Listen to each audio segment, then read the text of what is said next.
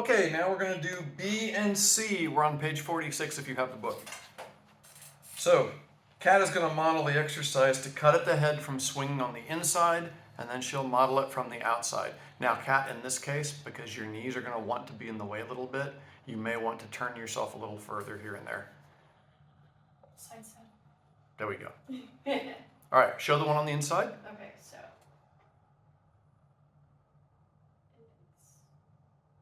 Bam. Notice the movement is coming from the elbow. The wrist helps out a little bit, but it's an elbow-centric moulinet. You want to isolate this action and really individuate the elbow and leave the torso out of it for right now. This forces the back muscles to really get in play. It's not an accident that those Rhode fencers all had really gorgeous back development. This is one of the first of the primary Rhode moulinets. If you go back and read the Italian material, you will see this over and over again. All right, Kat, please demonstrate on the outside. Okay. So she turns the blade over into the 4-in-1 position, Wait. which is the edge up and to the left. Which I have. On the outside. There you go. And then she makes her moulinet and makes her cut. Oh, Lord. There you go. People who already do Rhode will see, oh, hey, this is how I practice going into 7th. Now, Kat is making a very standard beginner's mistake here for this material, and she's dropping her elbow. Aha. Notice how much cleaner it gets when the elbow doesn't drop. Now, if she had to take this parry lower, dropping the elbow would be fine.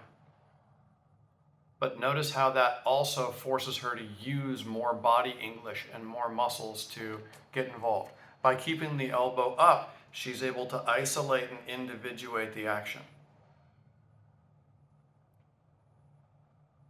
All right, Kat, can you demonstrate with the left hand, please? Let's find out.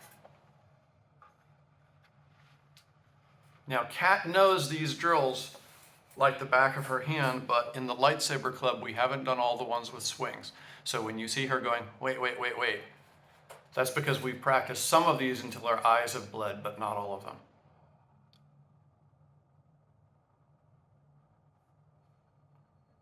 The forearm and the upper arm rotate, and that's what creates the shape change in the elbow.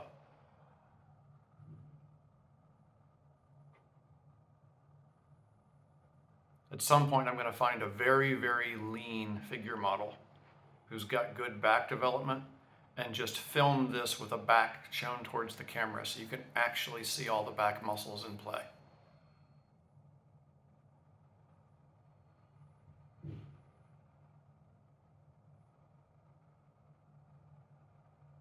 Good. And on the outside, please. Yes? Yep. And then you run through and try not to drop the elbow.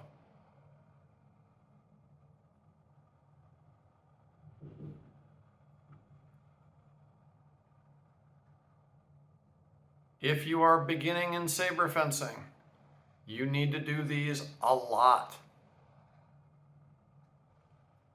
Make sure you drop the tip a little bit more if you can. There you go.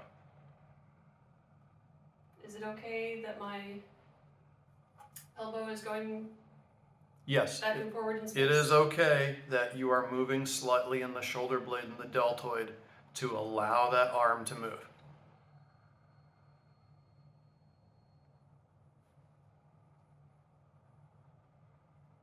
When I was first learning with Chris Holtzman, that was one of the first things I asked him. Preferably, you would not move that elbow, and the arm would not have to go back and forth.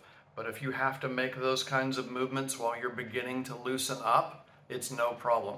Eventually, you'll gain enough suppleness and control in the shoulder that you don't need to. And when I say shoulder, I don't mean the upper arm, aka deltoid. I mean all the stuff around the arm that actually controls it. All right, thanks, Kat. We've got more videos and content coming, so if you liked what you saw and it was useful for you, please stab the like button, /subscribe, and punch the little bell icon so that you're notified immediately when new content comes available. Thanks, and go do the thing.